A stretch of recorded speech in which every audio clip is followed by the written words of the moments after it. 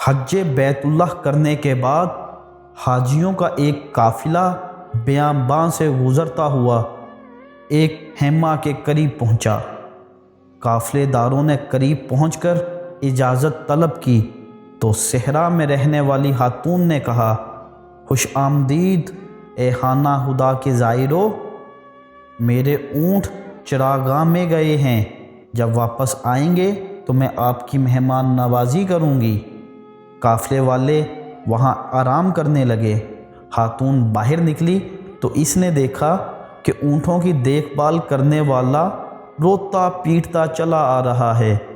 اس نے قریب آ کر خاتون کو بتایا کہ اونٹ جب کنویں کے قریب پہنچے تو وہ ایک دوسرے سے لڑ پڑے اور ان کو چھڑاتے ہوئے تمہارا بیٹا کنویں میں گر گیا۔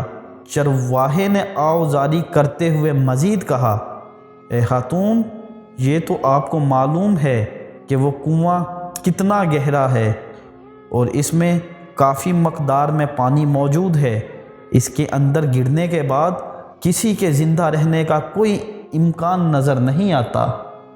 خاتون فوراً آگے بڑھی تاکہ اونٹوں کی دیکھ بھال کرنے والے شخص کو خاموش کروا سکے۔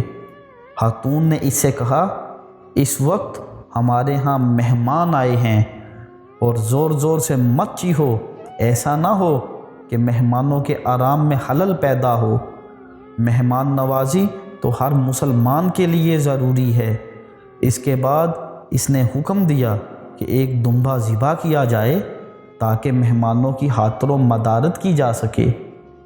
جب وہ خاتون خیمے میں آئی تو حاجیوں نے اس سے کہا، ہمیں بہت افسوس ہے کہ ایسے موقع پر ہم آپ کو زحمت دے رہے ہیں، جبکہ اس قسم کا سانحہ آپ کے ساتھ پیش آ چکا ہے۔ خاتون نے کہا، محترم حجاج کرام، میں نہیں چاہتی تھی کہ آپ کو اس واقعے کا علم ہو اور آپ لوگ اس سے متاثر ہوں، لیکن اب جب آپ کو اس کا علم ہو ہی چکا ہے تو مجھے اجازت دیجیے کہ میں 2 رکعت نماز پڑھ سکوں۔ حاجیوں نے پوچھا، کیوں؟ خاتون نے کہا، اس لیے کہ قرآن مجید میں خداوند عالم ارشاد فرماتا ہے، صبر اور نماز کے ذریعے مدد حاصل کرو۔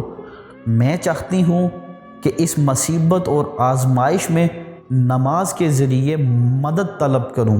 ہم اور آپ بھی قرآن کے ماننے والے ہیں، قرآن مجید کا نام لیتے ہیں، لیکن اس ایک آیت پر صحرا میں رہنے والی خاتون عمل کرتی دکھائی دیتی ہے اور وہ صبر اور نماز کے ذریعے راضی برضائے الہی ہے۔ اور اس کے بعد خاتون نے دعا کے لیے ہاتھ اٹھائے کہ خداوند، اگر اس دنیا میں کوئی شخص ہمیشہ باقی رہ سکتا تو اس کے لیے سب سے زیادہ مستحق تیرے حبیب حضرت محمد صلی اللہ علیہ وآلہ وسلم تھے، انہیں باقی رہنا چاہیے تھا۔ پروردگار، تو نے قرآن مجید میں صبر کا حکم دیا ہے اور صابر کو جزا دینے کا وعدہ فرمایا ہے۔ میں اپنے جوان بیٹے پر صبر کرتی ہوں تو اس کے بدلے مجھے اجر و ثواب عطا فرما اور میرے جوان بیٹے کی مغفرت فرما۔ یہ کہنے کے بعد وہ خاتون اپنے کام کاج میں اس طرح مشغول ہو گئی جیسے کچھ ہوا ہی نہ ہو۔